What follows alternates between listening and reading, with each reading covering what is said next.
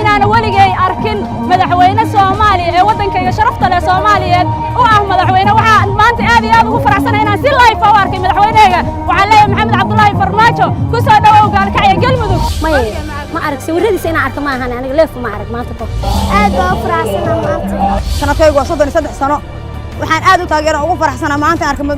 madaxweyne Farmaajo kaasoo waliga aan arag inta aniga aan dhashay wax madaxa ma arag oo macna kana horeysa kana dambaysa maanta waa arkay laakiin hadda waa cil qabaa ina marka la arag ha halaayaro codsi weynaygeeyo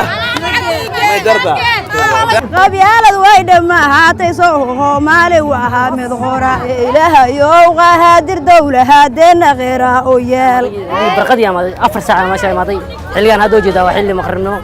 marka intaas dhinac u dul qaadinay waxaan sugaayay madaxweynaha jamhuuriyadda federaalka Soomaaliya Maxamed Cabdullaahi Farmaajo inuu meesha yimaado cadaad u yimaado